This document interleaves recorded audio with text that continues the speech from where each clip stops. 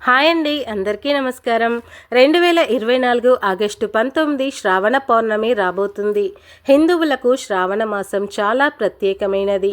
అత్యంత శుభప్రదంగా భావించే ఈ నెల ఆధ్యాత్మిక కార్యక్రమాలు, వివాహాది శుభకార్యాలతో ఎంతో సందడిగా ఉంటుంది. శ్రావణ మాసం అంతా పవిత్రమైనదిగా భావించినప్పటికీ ఈ నెలలో వచ్చే పౌర్ణమి మాత్రం మరింత గొప్పదిగా భావిస్తారు.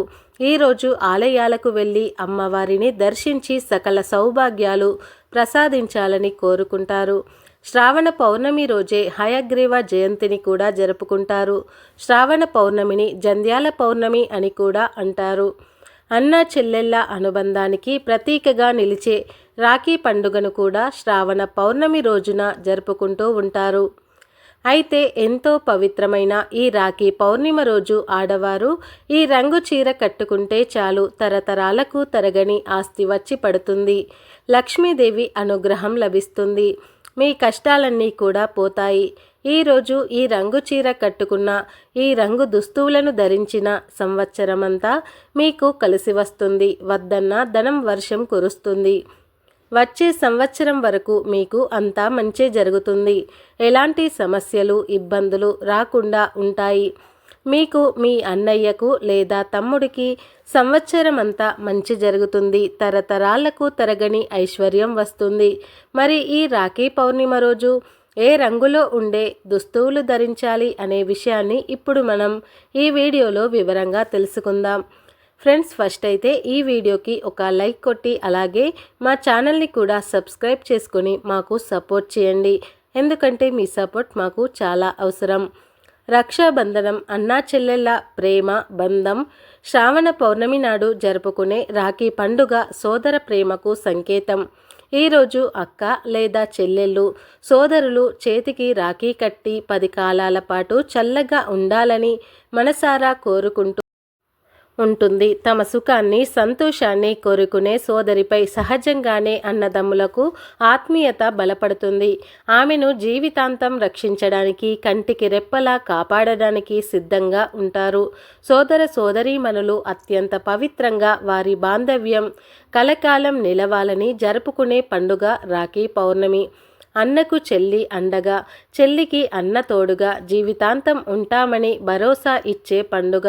అన్న చెల్లెలు, అక్క తమ్ముళ్ళ మధ్య ప్రేమానురాగాలకు ప్రతీకగా జరుపుకునే పండుగని రాఖీ పండుగ అని పిలుస్తారు. రాఖీ పండుగనే బలేవా అని కూడా పిలుస్తారు. బలేవా అంటే బలిరాజు భక్తి అని అర్థం. దీని వెనుక ఒక కథ కూడా ఉంది. ఆ కథ ప్రకారం బలి చక్రవర్తి విష్ణు భక్తుడు.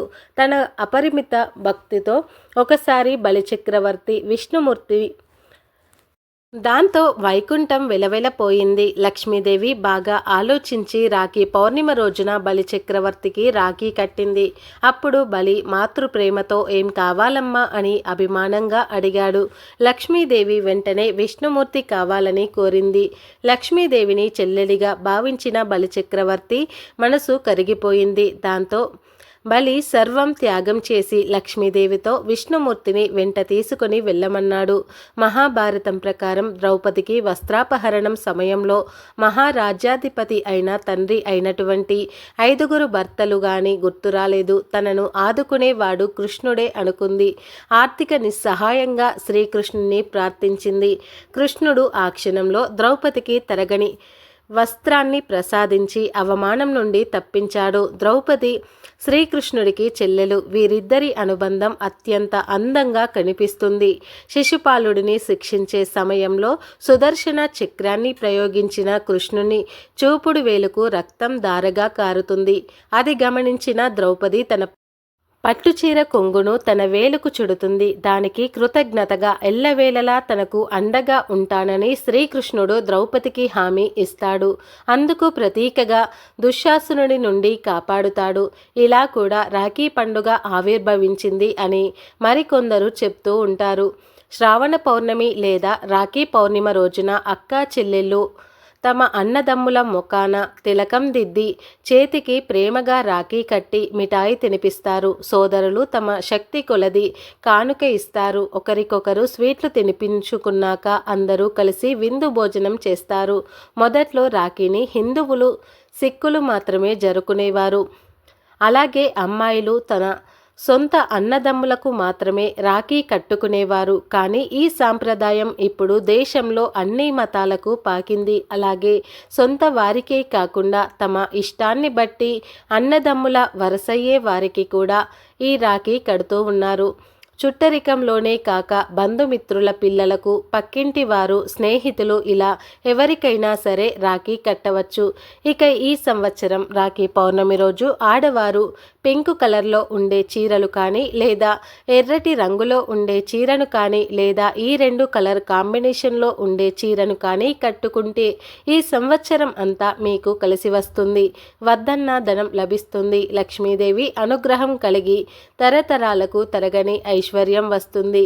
సంవత్సరమంతా ఎటువంటి ఆర్థిక సమస్యలు రాకుండా ఉంటాయి. రాఖీ కట్టించుకునే అక్క చెల్లెళ్ళు, అన్న తమ్ములు ఏ రంగు దుస్తువులు ధరిస్తే చాలా మంచిది. చీరనే కాదు, డ్రెస్సులు వేసుకునేవారు, చుడిదార్లు వేసుకునేవారు ఇలా అందరూ కూడా ఈరోజు ఈ రంగు దుస్తువులు ధరించండి. అలా ధరించడం వలన మీకు ఎంతో శుభం జరుగుతుంది. పెద్దలు, పిల్లలు అందరూ కూడా ఈరోజు ఈ రంగులో ఉండే దుస్తువులు ధరిస్తే సంవత్సరమంతా కూడా కలిసి వస్తుంది. సంవత్సరమంతా లక్ష్మీదేవి అనుగ్రహం మీ మీద ఉంటుంది. అష్ట ఐశ్వర్యాలు సిద్ధిస్తాయి. కాబట్టి ఈరోజు అందరూ కూడా pink colour and red colour ఈ రెండు రంగుల్లో ఉండే ఏదో ఒక రంగులో ఉండే దుస్తువులను ధరించండి. కానీ ఈరోజు పొరపాటున కూడా నలుపు రంగులో ఉండే దుస్తువులను మాత్రం ధరించవద్దు. ఎందుకంటే ఈరోజు నలుపు రంగు దుస్తువులు ధరించారంటే మళ్ళీ వచ్చే సంవత్సరం వరకు కష్టాలు వస్తూనే ఉంటాయి. అంతేకాదు ఈరోజు నలుపు రంగు దుస్తువులు ధరించి రాఖీ కడితే అన్న చెల్లెళ్ళ మధ్య లేదా అక్క తమ్ముళ్ళ మధ్య గొడవలు వచ్చే అవకాశం ఉంది. కనుక దుస్తువుల విషయంలో తప్పకుండా ఈ జాగ్రత్తలు పాటించండి. రాఖీ పండుగ దేశవ్యాప్తంగా జరుపుకునే ప్రసిద్ధ పండుగ. కుల మతాలకు అతీతంగా అన్ని వర్గాల ప్రజలు ఈ పండుగలో పాల్గొంటారు. ఈ పండుగను వివిధ రాష్ట్రాల్లో రాఖీ పౌర్ణిమ, నారియల్ పౌర్ణిమ మరియు కజారీ పౌర్ణిమ అని కూడా పిలుస్తారు. ఈ పండుగ సందర్భంగా సోదరీమణులు సాధారణంగా తమ సోదరుడుల నుదుటిపై తిలకం పెట్టి వారి సోదరుల మణికట్టుకు రాఖీ అనే పవిత్ర దారాన్ని కట్టి హారతి ఇచ్చి వారి మంచి ఆరోగ్యం మరియు దీర్ఘాయువు కోసం ప్రార్థిస్తారు. ప్రేమ మరియు ఉత్కృష్టమైన భావాలను సూచించే ఈ దారంను రక్షాబంధన్ అంటారు. అంటే రక్షణ బంధం అని అర్థం.